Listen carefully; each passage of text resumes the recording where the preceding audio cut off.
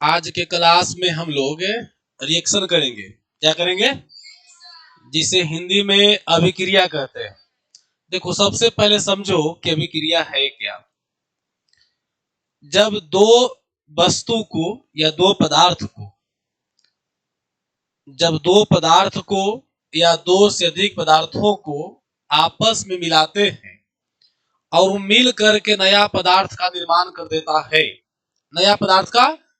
कर देता है, तो उसे हम लोग कहते हैं कि भाई यहाँ अभिक्रिया हुआ। क्या हुआ? अभिक्रिया हुआ। या कोई वस्तु है, कोई पदार्थ है, वो टूट करके दो या दो से अधिक नए पदार्थों का निर्माण करता है, तो अभी वहां बोलेंगे कि यहाँ अभिक्रिया हुआ। ठीक है?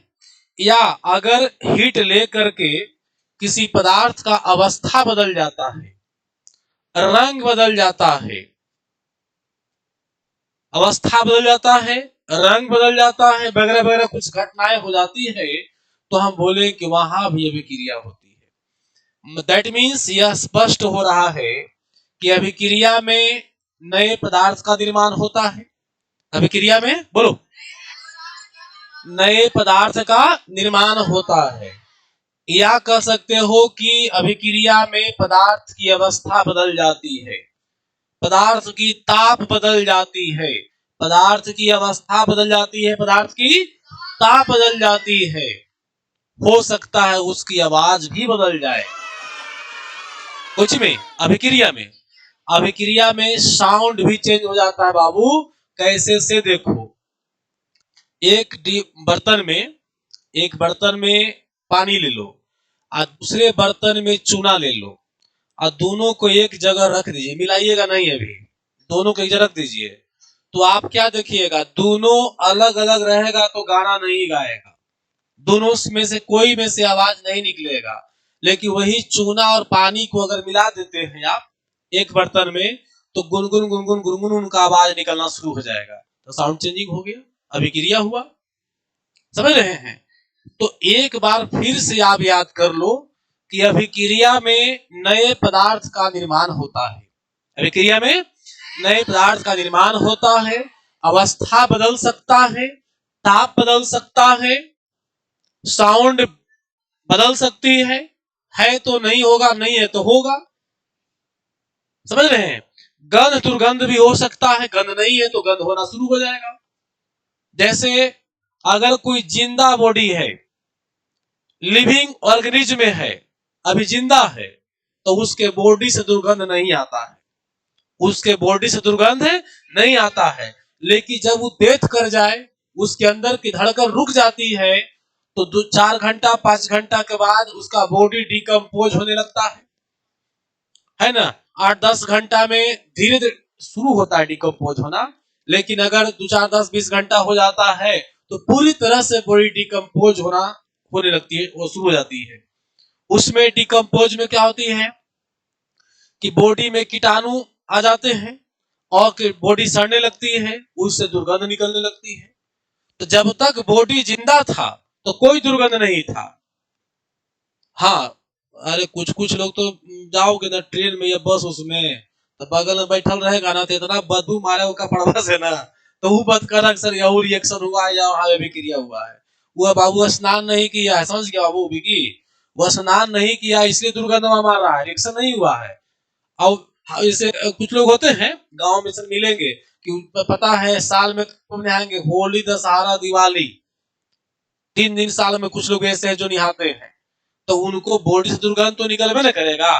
तो बोलो, क्या बोलोगे कि मतलब इरेक्शन हुआ है, अभिक्रिया हुआ है? नहीं। अगर कोई जीवित बॉडी था तो उससे कोई गंध नहीं है, वो मर गया, सड़ने लगा, तब उसके बॉडी से दुर्गंध निकलना शुरू हो जाता है, तब बोलेंगे कि भाई यहाँ पर रिएक्शन हुआ है। क्या हुआ है? रिएक्शन हुआ है। समझ रहे हैं? तो ये सारी जो प्रक्रिया रिएक्शन का है। मोमबत्ती देखे आप लोग, मोमबत्ती जब जलाओगे तो उससे प्रकाश निकलने लगती है, हीट निकलती है, तो वहां भी रिएक्शन हुआ। और मोमबत्ती कभी कभी कुछ अंश पिघलने लगती है, तो वहां भी रिएक्शन हुआ। आइस ले लो, आइस को जब गर्म करोगे, आइस जो गर्म करिएगा तो वह पिघलने लगता है, पानी ले लो, ठंडा करो, जमने लगती है, तो इसकी अवस्था बदल रही है। तो इस कंडीशन में बोले कि यहाँ पर अभिक्रिया हुआ। क्या बोलेंगे इसको? अभिक्रिया हुआ। ठीक है। लेकिन रसायन की भाषा में सिर्फ एक ही परिभाषा लागू होता है कि नए पदार्थ का निर्माण होना, और उस अभिक्रिया को अभिक्रिया नहीं रासायनिक अभिक्रिया कहते हैं। समझ रहे बात को? हम लोग सब अभिक्रिया पढ़ेंगे बारी बारी से, लेकिन केमिस्ट्री में उसी का महत्व है, उसी को पढ़ना है। लेकिन यहाँ पर दे दिए डिफिनेशन, वह प्रक्रिया, देखिए, वह प्रक्रिया जिसमें जिसमें दो या दो से अधिक पदार्थ आपस में मिल कर करके एक नए पदार्थ का निर्माण करते हैं, तो अभिक्रिया कहलाया। या फिर क्या है? वह प्रक्रिया जिसमें एक पदार्थ टूट कर करके दो या दो से अधिक पदार्थों का निर्माण करता है, उसे क्या कहते हैं हम लोग? अभिक्रिया कहते हैं। सच पूछा जाए तो यह डिफिनेशन रासायनिक अभिक्रिया का है। किसका है? रासायनिक अभिक्रिया का है। लेकिन हम रसायन ही पढ़ रहे हैं, हम लोग केमिस्ट्री ही पढ़ रहे हैं, इसीलिए यही डिफिनेशन दिए हैं। लेकिन आपको याद रखना है कि कोई सिंपल वे में अभिक्रिया पूछे, जनरल वे में, तो ताप बढ़ सकती है या ताप घट सकती है, अवस्था बदल सकती है। समझ गए? ये सारे क्या है? अभिक्रिया का ही देना है। समझ पाया?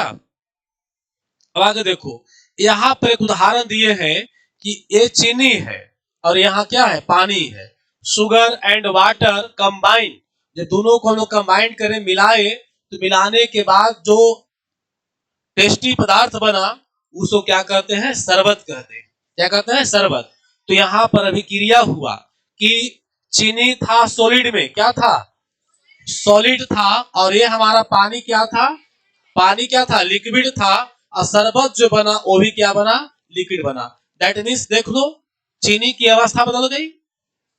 अच्छा, चीनी का टेस्ट था केवल खाने वाला, पानी का टेस्ट था केवल पीने वाला चीज है। लेकिन शरबत जो बना उसमें क्या देखे कि चीनी को घोल के पी गए हम लोग। चीनी को फाक सकता था लेकिन पी नहीं सकते थे, लेकिन शरबत जब बन गया तो चीनी को डायरेक्ट लोग पीना शुरू कर दिए हैं। रिएक्शन हुआ। तो यहां पर रिएक्शन हुआ, क्लियर हो गया, क्योंकि अवस्था बदल गई। अब समझो, जब अभिक्रिया होता है, जब क्या होता है? अभिक्रिया होता है, तो जिस जिस पदार्थ को मिलाते हो, यानी जो पुराने वाले पदार्थ हैं, वो रिएक्टेंट कहलाते हैं। क्या कहलाते हैं? रिएक्टेंट। और नए जो पदार्थ बनते हैं उसको कहते हैं प्रोडक्ट। नए पदार्थ जो बनेगा उसको कहेंगे प्रोडक्ट, और जो पदार्थ से बना, मतलब पुराना जो पदार्थ था, उसको हम लोग क्या कहेंगे? रिएक्टेंट। क्या कहेंगे उसको? रिएक्टेंट। तो रिएक्टेंट जो शब्द है और जो प्रोडक्ट शब्द है, ये शब्द याद हो गया। जो नया पदार्थ बना क्या कहेंगे? प्रोडक्ट कहेंगे, और जिससे बना, किधर हो गया? रिएक्शन में भाग लेता है रिएक्टेंट। कौन भाग लेता है? रिएक्टेंट। लेकिन जो नया पदार्थ प्रोडक्ट होता है, ये प्रोडक्ट हो गया। जो नया पदार्थ बना क्या कहलाएगा? प्रोडक्ट कहलाएगा। क्लियर हो गया? तो अभिक्रिया आप समझ गए। अभिक्रिया में रिएक्टेंट कौन है, प्रोडक्ट कौन है, ये भी समझ गया। अब आगे चलते बाबू। अब देखो, type of reaction. Type of reaction, reaction के प्रकार। रिएक्शन दो प्रकार के होता है। एक होता है फिजिकल रिएक्शन और दूसरा होता है केमिकल रिएक्शन। फिजिकल रिएक्शन को बोलेंगे भौतिकी अभिक्रिया, इसको बोलेंगे रासायनिक अभिक्रिया। एग्जाम के लिए ये बहुत इंपॉर्टेंट है, एग्जाम के लिए बहुत इंपॉर्टेंट है। तो अभिक्रिया कई प्रकार के? देखो, ये जो है ना, पूरे क्लासिफिकेशन दो गो है, फिजिकल और केमिकल। फिजिकल हो गया अवस्था के आधार पर, मतलब स्टेट के आधार पर, टेम्परेचर के आधार पर, ये हो गया फिजिकल में आ जाएगा।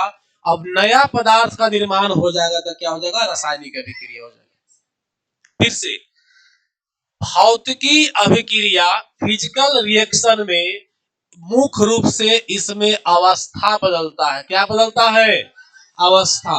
और रासायनिक अभिक्रिया में याद रखिएगा सीधे नया पदार्थ बनता है। क्या बनता है बेटा? नया पदार्थ बनता है। रासायनिक अभिक्रिया में नया पदार्थ बनता है, चाहे टूट के बने, जुट के बने, हटा के बने, विस्थापित करके बने, जैसे बने उसमें हमेशा नया पदार्थ बनेगा। और इसमें केवल अवस्था बदल जाएगा। क्या बदल जाएगा? अवस्था बदल जाएगा। ताप बदल सकता है, लेकिन मेनली क्या होगा? अवस्था। अब एक बात करते हैं आप लोग से कि आइस को हीट करो, आइस को हीट करो तो वह पिघल कर क्या बनेगा? वाटर बनेगा ना। तो जब आइस को, बर्फ को गर्म करिएगा तो वाटर यानी पानी बन जाएगा। तो यह जो है से अवस्था बदला, ये भौतिक अभिक्रिया है। क्या है? भौतिक अभिक्रिया है। अगर हम बात करें मोम का, मोम, घी, डलडा वगैरह का बात करें, तो इनको जब गर्म करिएगा, घी को, डलडा को, मोम वगैरह को गर्म करेंगे तो पिघल करके द्रव बन जाती है। और अगर फिर ठंडा कर दीजिएगा तो फिर वो सॉलिड बन जाता है। अवस्था बदल रही है। तो ये सब क्रिया किस में आएगा? भौतिक है, फिजिकल रिएक्शन में। एक चीज ध्यान देना, फिजिकल रिएक्शन जो होता है वो पुनः हो सकता है। पुनः हो सकता है। पुनः मतलब दोबारा। पुनः मतलब दोबारा।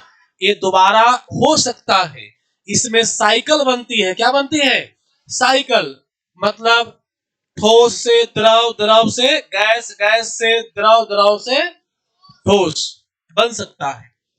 बर्फ को गर्म करोगे पानी बन जाएगा, उसी पानी को ठंडा कर दोगे तो फिर बर्फ बन जाएगा। एक साइकिल हो गया। तो ये जो पुनः का मामला है, दोबारा बनने वाला, वो फिजिकल रिएक्शन में है। किसमें है? ए बाबू, केमिकल रिएक्शन में याद रखना, पुनः कभी नहीं होता है। पुनः कभी नहीं होता। हाँ, कुछ कुछ केस में है, कुछ कुछ केस में है, बतावे की चर्चा करेंगे आगे, लेकिन वो नग मान के चलना है, नगण्य है। समझ रहे हो? इसमें क्या है, पुनः करोगे ना तो नया पदार्थ का निर्माण नहीं होगा। लेकिन इसमें ऑटोमेटिक अगर पुनः कहीं हो भी गया, अगर पुनः कभी हो भी गया तो फिर नया पदार्थ का निर्माण होगा। वहां क्या होगा? नया पदार्थ का निर्माण होगा। बात समझ रहे हैं? सबसे बड़ी बात आप लोग के लिए है बाबू कि दम इसको VVI कर दो कि इसका में केमिकल में नया पदार्थ का निर्माण होता है। केमिकल में नया पदार्थ का बनाता है। और इसमें क्या होता है? अवस्था बदलता है और पुनः मतलब दोबारा संपन्न हो सकता है। री हो सकता है। री मतलब दोबारा, री मतलब दोबारा हो सकता है। क्लियर हो गया? जिस मोम को आप पिघला दिए, जिस मोम को आप पिघला दिए तो लिक्विड हो गया, उसको क्या करो? फिर से उसको जमा दो, ठंडा कर दो, तो क्या बन जाएगा? बोलो, सॉलिड बन जाएगा ना। बने कि नहीं बनेगा? तो शांत है बाबू, इसको अफसोस हो रहा है भाई हमारा नंबर मिला, नंबर कट गया, और देंगे, समझा? क्या करेंगे? हार जाएंगे नहीं, बोलो, समझ गया? हार देंगे। चले आगे वाले पढ़े, लिखिए आगे। चलो देखो, अब यहां देखो, H2 हाइड्रोजन गैस है, और मतलब ये गैस हो गया G4 गैस। ऑक्सीजन, ये भी G4 गैस हो गया। लेकिन जब बन जाएगा पानी तो ये क्या बन जाएगा? लिक्विड बन जाएगा। बताओ, नया पदार्थ है कि नहीं है? हाइड्रोजन पी के रह जाओगे, ऑक्सीजन पी के रह जाओगे, लेकिन पानी पी सकते रहेंगे हम लोग। ये पीने का चीज नहीं है, ये भी पीने का चीज नहीं है, लेकिन दोनों मिल गया तो बन गया पीने का चीज। तो नया गुण आया कि नहीं आया? नया पदार्थ है कि नहीं है? ऑक्सीजन अगर बढ़िया से मिले तो हम लोग खूब लंबा लंबा सांस लेंगे, आहा आहा, खूब लोगे ना। लेकिन कहा देखिए, ऑक्सीजन जब पानी डाल दे, चूंकि हो तो से बन रहे हाई, दे दे पानी खींच कस के, समझ गया? दिन में चांद नजर आ जाएगा। अरे हाँ, जैसे अब कोई के सांस ले रहा है और डाल दे हुआ ऑक्सीजन जगह डाल दे पानी, क्या कि पानी में ऑक्सीजन है, डाल दो, नाक में चढ़ेगा ना, समझ में आ जाएगा। तो यहाँ देखो तीनों का प्रॉपर्टीज अलग अलग है, समझ गया। लेकिन आइस और पानी के जहां मामला है बाबू, अगर प्यास लगल है तो हम तो गर्मी के तो आइस को चाटे काम चलाते हैं, आइसक्रीम खाने खाते हो है। आप पिघला दिया पानी तो पानी पी सकते हो। आइस और पानी का प्रॉपर्टी सेम हो गया, सिर्फ स्टेट का अंतर है, अवस्था के अंतर है। लेकिन यहाँ पर देखो हाइड्रोजन गैस पीने जोग नहीं है, यह भी पीने जोग नहीं है, लेकिन यहाँ गया पीने जोग है ना। ये फर्स्ट क्लास ज्वलनशील गैस है, देखो ये वाला हाइड्रोजन गैस भविष्य का ईंधन। हाइड्रोजन को बोला गया है भविष्य का ईंधन, मतलब जब बहुत दुनिया आगे बढ़ चुकेगा तब कोयला और यहाँ गैस खत्म हो जाएंगे तो अब हाइड्रोजन पर डिपेंड लोग कर जाएंगे, क्योंकि हाइड्रोजन ही ऐसा है एलिमेंट जो पूरे विश्व में सबसे अधिक मात्रा में है। अगर पूछा जाए आप लोग से कि दुनिया में सबसे अधिक मात्रा में कौन सी तत्व है, कौन सी एलिमेंट है, तो आंसर क्या होगा? हाइड्रोजन। क्योंकि दुनिया में जितना भी तारा है, स्टार है बेटा, कौन स्टार, 10 का पावर कितना स्टार है? 22। और सब किससे बना हुआ है? हाइड्रोजन से। किससे बना हुआ है? तो समझो कि इस दुनिया में हाइड्रोजन अनलिमिटेड है, कोयला लिमिटेड है, एलपीजी लिमिटेड है, समझ रहे हैं, बिजली लिमिटेड है, लेकिन हाइड्रोजन इस दुनिया में ब्रह्मांड में अनलिमिटेड है। बस खाली उसको एक रास्ता पर एक मैनेजमेंट के तहत लाने की जरूरत है। बात समझ रहे हैं? सूर्य से जो ऊर्जा मिल रही है हम लोग को, जैसे सोलर प्लेट चला रहे हो, सोलर कुकर चला रहे हो, इस सूर्य से ऊर्जा किसके वजह से मिल रहा है? तो हाइड्रोजन के जलने से। इसीलिए कहा गया है कि भविष्य का ईंधन होगा इस दुनिया में तो कौन होगा? हाइड्रोजन होगा। समझो कि ये हाइड्रोजन ईंधन ज्वलनशील, ऑक्सीजन ज्वलनशील तो नहीं है, ऑक्सीजन ज्वलनशील नहीं है, लेकिन जलने में मदद करता है। याद रखिएगा, एग्जाम में क्वेश्चन पूछा हुआ है, पूछा गया है कि दहन का सबसे बढ़िया पोषक, एक पॉइंट नोट करना है आप हम लोग का कि ऑक्सीजन जो है वो क्या है? दहन का पोषक है। क्या है? पोषक।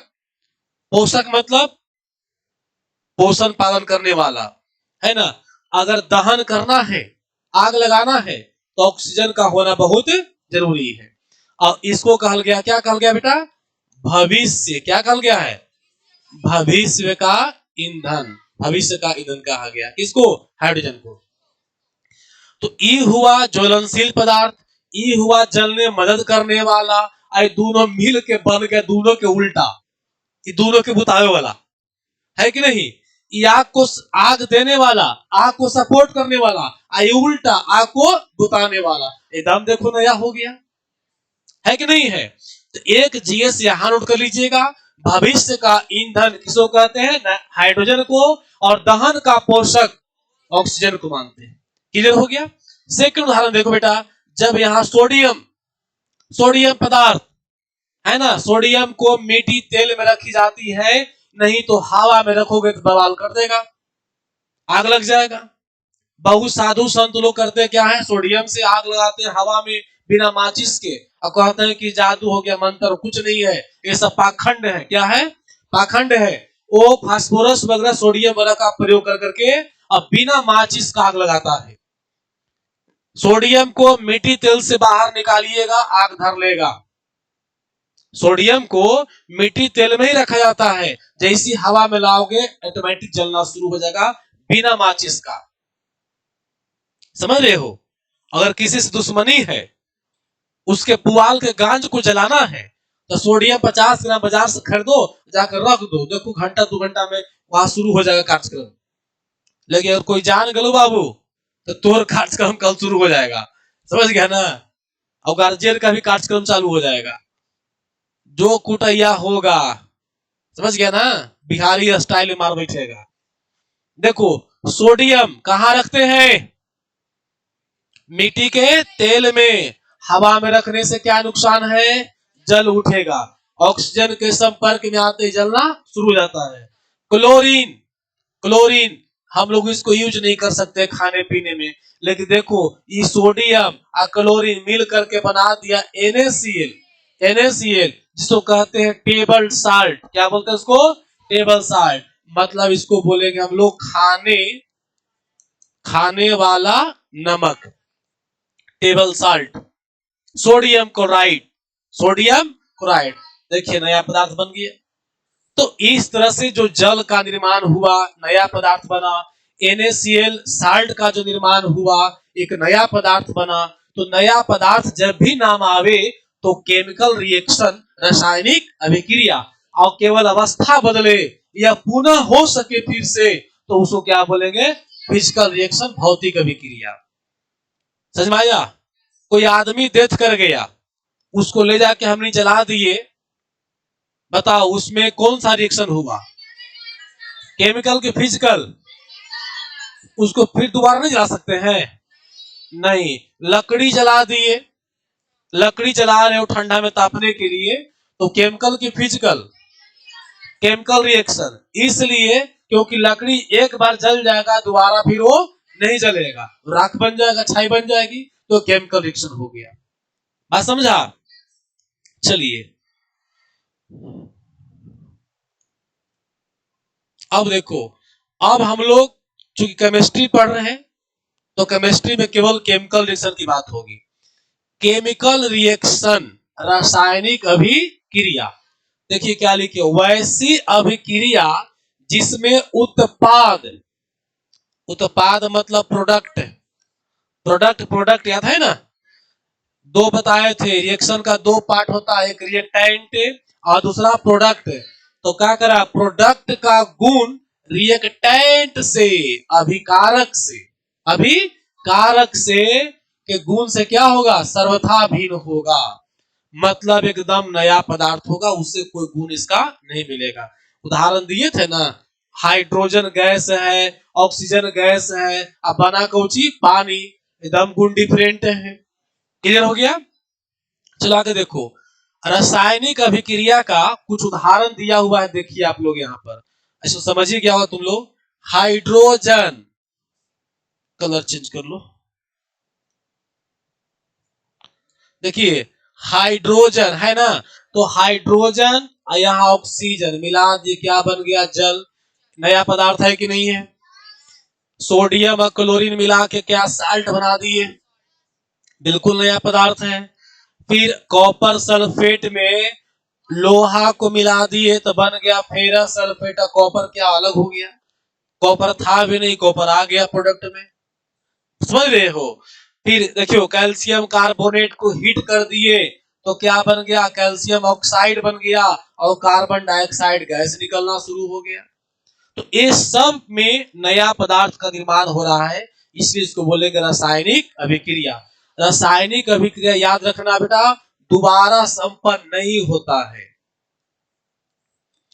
पुनः यह जो है रिएक्शन नहीं होता है, केवल कै बार? एक बार। कै बार? एक बार, दोबारा इसमें जरूरत नहीं है। अच्छा ही बताओ, दूध से जब दही बनेगी, दूध से दही बनेगी तो वहां फिजिकल रिएक्शन हुआ कि केमिकल रिएक्शन हुआ? कौन रिएक्शन? राइट, कौन रिएक्शन? केमिकल रिएक्शन, क्योंकि दोबारा वहां पर दूध फिर बन नहीं सकता है, तो ये हो गया केमिकल रिएक्शन। चलो आगे देखो। हाँ, एक चीज और देखोगे, ये है मेटालिक रिएक्टिविटी सीरीज, धातुओं की सक्रियता श्रेणी। बाबू ये रिएक्शन में नहीं पढ़ना है, ये पढ़ना है मेटल चैप्टर में, लेकिन रिएक्शन में भी थोड़ा सा हम जिक्र करते हैं, आगे जरूरत पड़ेगा।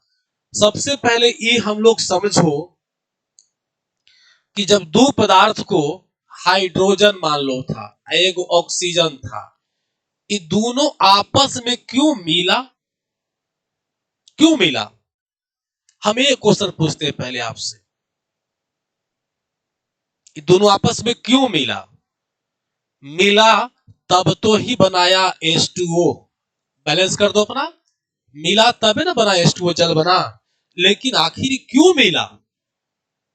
जल बनाने के लिए एक मिशन था कि हमको पानी बनाना है, इसीलिए हमने दोनों को मिलना होगा। मिशन प्राप्त करना है, लक्ष्य प्राप्त करना है, क्या? पानी बनाने के लिए। जैसे समाज में आसपास में दो व्यक्ति आपस में मिलते हैं, मिलने का एक उद्देश्य होता है। जैसे मान लो एक के पास 5 लाख रुपया है, दूसरे के पास 6 लाख रुपया है, तो दोनों कहेगा ना कि भाई 5 लाख में देखो छोटा मोटा फैक्ट्री नहीं खुलेगा, 6 लाख में फैक्ट्री नहीं खुलेगा, लेकिन दोनों के मन एक फैक्ट्री खोले, हमें फैक्ट्री चलावे। तो कहते कि एक काम कर भाई, दोनों को मिल जो एक फैक्ट्री खोल दो, 10 लाख में फैक्ट्री 8 लाख में हो जाएगी, दोनों हाफ हाफ पैसा वो लोग मिला देगा। मिला दिया ना। तो दोनों ओहनी पार्टी, दोनों व्यक्ति आपस में क्यों मिला? क्योंकि उन लोग का एक मिशन था। मिशन क्या था? मिशन था उन लोग का कि हम लोग एक फैक्ट्री खोलना है, इसलिए दोनों को पूंजी अपना मिला करके एक फैक्ट्री का निर्माण कर दिया। यहां भी मिशन था कि हमको क्या बनाना है? जल बनाना है। लेकिन ध्यान दो, वो हाइड्रोजन को जल बनने से क्या मतलब है?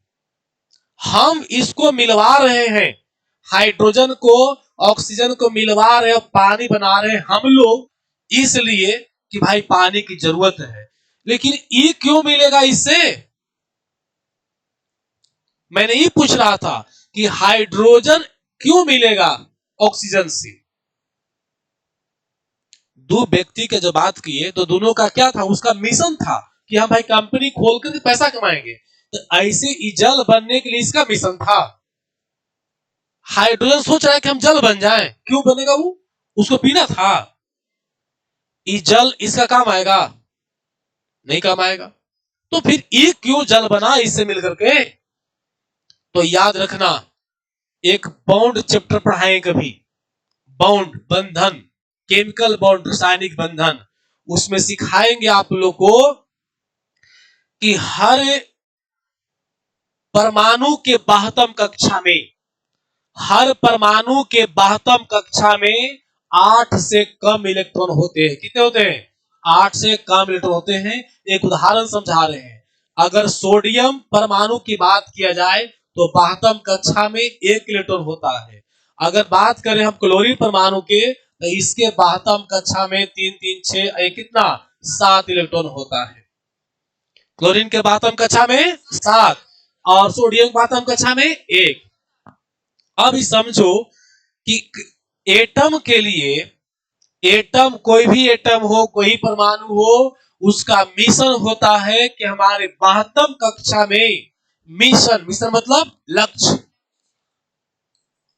उसका लक्ष्य होता है कि 72 कक्षा में कई इलेक्ट्रॉन? 8 इलेक्ट्रॉन। जिस दिन उसका लक्ष्य ही पूरा हो गया, 72 कक्षा में कई इलेक्ट्रॉन?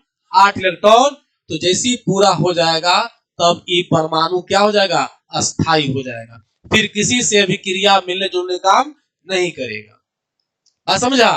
जैसे कोई आदमी, आप लोग गार्जियन या कोई बिजनेस क्यों करता है? इसलिए कि हमारी जिंदगी बढ़िया जिए, बाल बच्चे को बढ़िया से पढ़ा दे, घर द्वार बन जाए, बाल बच्चा को शादी वादी कर दे। जेकर बाल बच्चा के शादी हो जाता है, घर द्वार सब बन गया, वो देखना वो कमाना बंद कर देता है, बस खाली खाए व कमाएगा। दौड़ दौड़ को नहीं, दौड़ दौड़ के कमाने की जरूरत उसको नहीं है, तो उसका मिशन पूरा हो गया। तो परमाणु के लिए, एक एटम के लिए मिशन कब पूरा होगा? जब उसके 72 कक्षा में कई इलेक्ट्रॉन? 8 इलेक्ट्रॉन होगा। ये बॉन्ड चैप्टर पढ़ाएंगे, समझ गया? तो यही बॉन्ड, यही लक्ष्य को पूरा करने के लिए, 8 इलेक्ट्रॉन को पूरा करने के लिए एक दूसरे से मिलता है। क्या करता है? एक दूसरे से मिलता है। हम बिजनेस किए, स्कूल खोले, कोचिंग खोले, तो हम गार्जियन से, लोगों से मिलते हैं कि भैया बच्चा भेजिए। तो हमारा उद्देश्य क्या है कि हम इतना पैसा कमा के अपना पूरे फैमिली को सेटअप कर ले, है ना? आपका उद्देश्य है कि हम उनके यहाँ पढ़ा करके अपना बच्चा को फ्यूचर के लिए सेटअप कर ले, फ्यूचर बढ़िया बना ले। तो दोनों का मिशन था, इसीलिए हम दोनों मिले।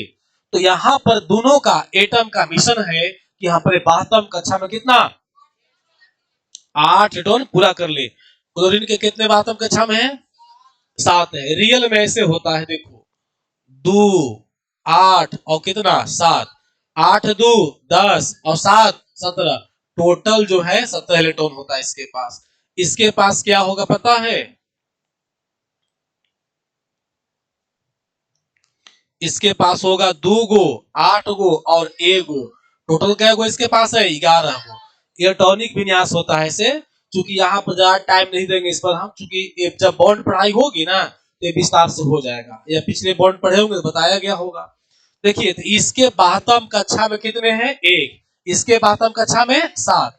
अगर ई सोडियम कहे कि भाई रे तुम 1 इलेक्ट्रॉन मेरा ले लो, 1 इलेक्ट्रॉन ले लो, तो जब 1 इलेक्ट्रॉन इसको दे देगा, किसको? किसको? क्लोरीन को। तो जब 1 इलेक्ट्रॉन इसको दे देगा तो कितना इसके पास हो जाएगा?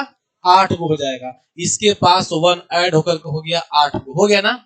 इसके 72 कक्षा में 8 गो हो गया। एगो सोडियम के पास से आ गया ना।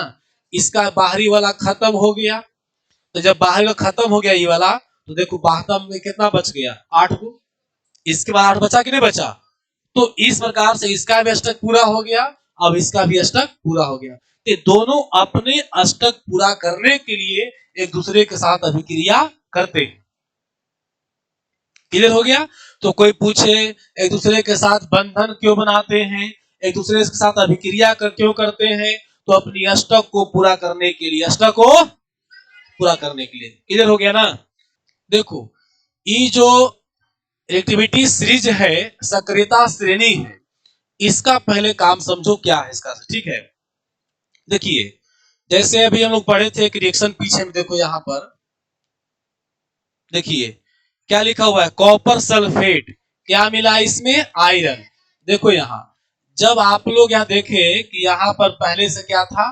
कॉपर सल्फेट था, CuSO4 था, इसमें हम आयरन ऐड किए तो बन गया FeSO4 और कॉपर क्या निकल गया। ये देखे थे पीछे।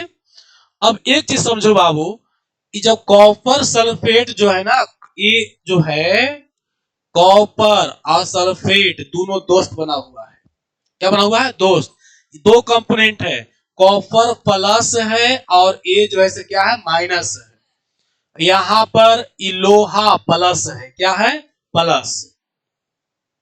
अब रिएक्शन में फंडा क्या है उसको समझो। इस समझ लो कि ई एक हस्बैंड है। क्या है? हस्बैंड है। ई इसका क्या है? वाइफ है। ठीक है? ई अदर पर्सन हो गया, कोई नया पर्सन हो गया, new person, NP new person. ये क्या है? हस्बैंड। ये क्या है?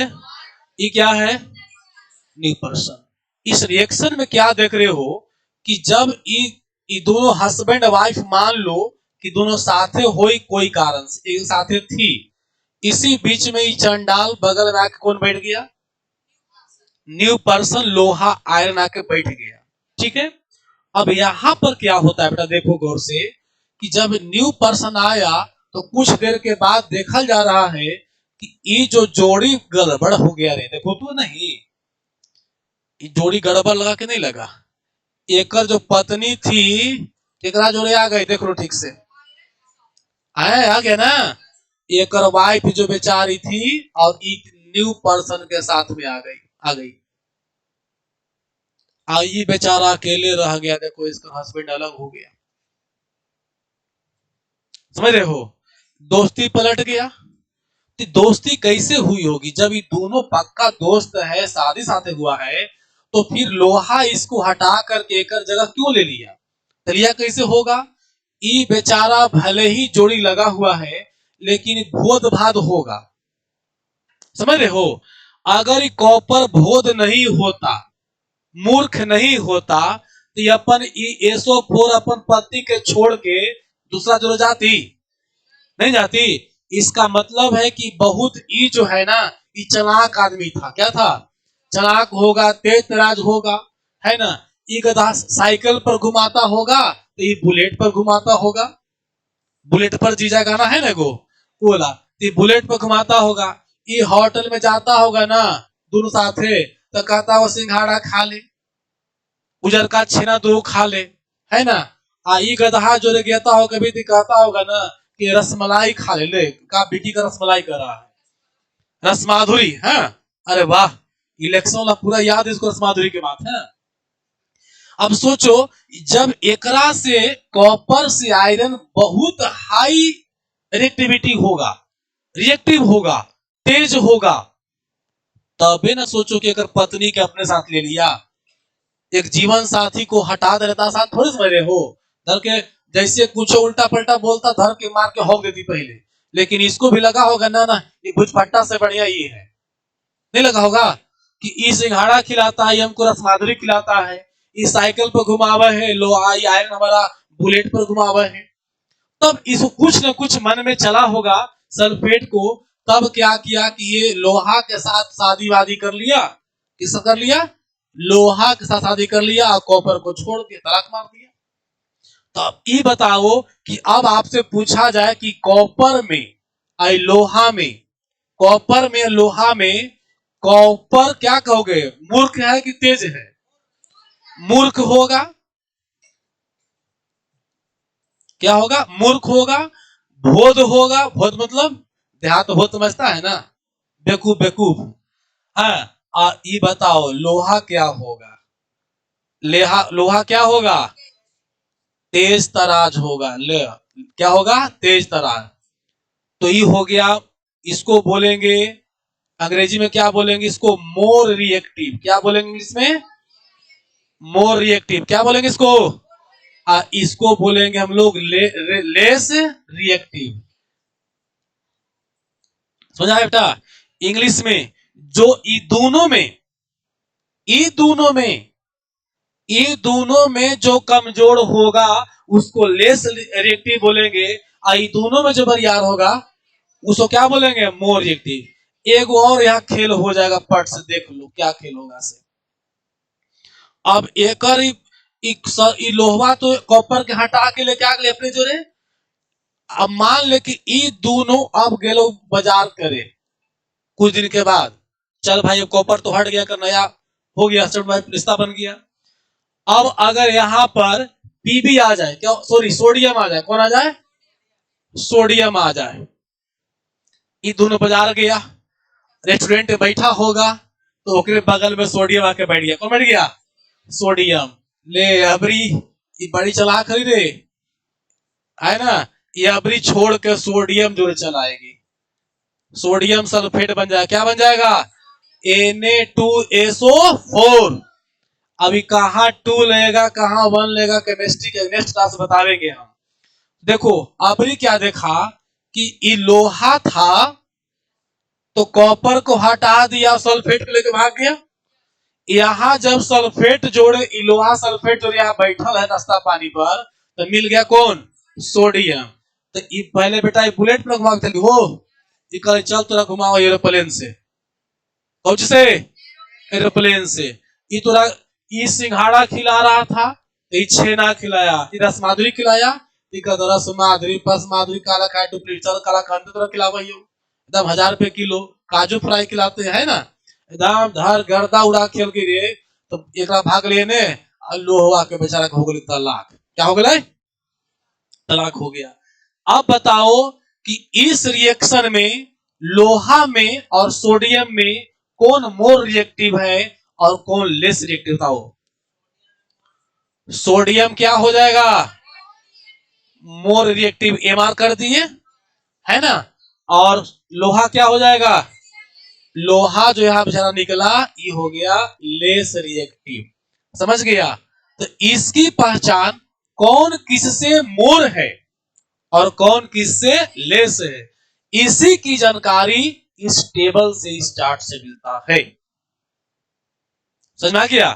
तो जब चार्ट नहीं याद रहेगा हम लोग को, तो कौन लेस है कौन मोर है, कौन कितना लेकर भागेगा, कौन कितना जो ऐड होगा क्या जो ऐड नहीं होगा, इस सारे बातों की जानकारी इस रिएक्टिविटी सीरीज से मिलेगी। अब एक बार समझो, हम लिए थे किसको? एक बार लिए थे किसको? लोहा को, कॉपर को लिए थे ना। एक बार कॉपर के लिए थे, एक बार लोहा लिए, एक बार क्या लिए? सोडियम ले लीजिए। देखिए सल्फेट पहले किसके साथ था? कॉपर के साथ था। तो कॉपर से जितने ऊपर जाओगे ना ये मोर रहेगा। क्या रहेगा? और नीचे वाला हाइड्रोजन से नीचे ही क्या रहेगा? लेस रहेगा। तो बाबू रे, तो कॉपर देखो, कॉपर से कहीं ज्यादा कौन है? आयरन। तो एक का जो भाग जाते ही आ जाएगी ना। तब यहां से उठ कर करके ये एकरा जो ऐड हो जाएगी। फिर देखा लोहा से कौन रिएक्टिव है, तो ले अभी फिर यहां से भाग के यहाँ भागे थे, ये SO4 यहाँ चला था, क्योंकि लोहा से भी मोर रिएक्टिव कौन है, तब बना दिया सोडियम सल्फेट। अब अगर एक चक्कर में अगर पोटासियम आ गलो अब ई दोनों के लोग पोटासियम ही मतलब नाश्ता करके ही गया, अब बगल में आके बैठ गया पोटासियम, तो कहते तो तेरे इंडिया में कुछ घूमे क्या कुछ हो चल दम का रूस अमेरिका जापान घुमा देते हैं, धर के विदेश से दम होगा, है कि नहीं। देखो बतौला खूब हंस रहा है, देखो नहीं इसको, वही दिमाग लगे तुरे, जापान अमेरिका घुमा दिमाग लगे है, पैसा है ये नहीं है, अब मोर रिजेक्टिव बनेगा। अरे हम लोग समाज में मोर रिजेक्टिव पैसा चाहिए, पैसा व्यवस्था करो, बढ़िया बढ़िया कमाओ, हो जाएगा मोर रिएक्टिव। है अंदर से लेस रिएक्टिव, बनता है कुछ मोर रिएक्टिव। वाह रे वाह, क्या इस टेबल का महत्व आप लोग समझे, समझ में आया टेबल का महत्व ना। इस टेबल से ही हम लोग को जानकारी मिलेगी कि कौन किसको हटा सकता है ना। अच्छा बताओ, मोर रिएक्टिव वाला किसको हटावेगा, लेस वाले को हटावेगा ना।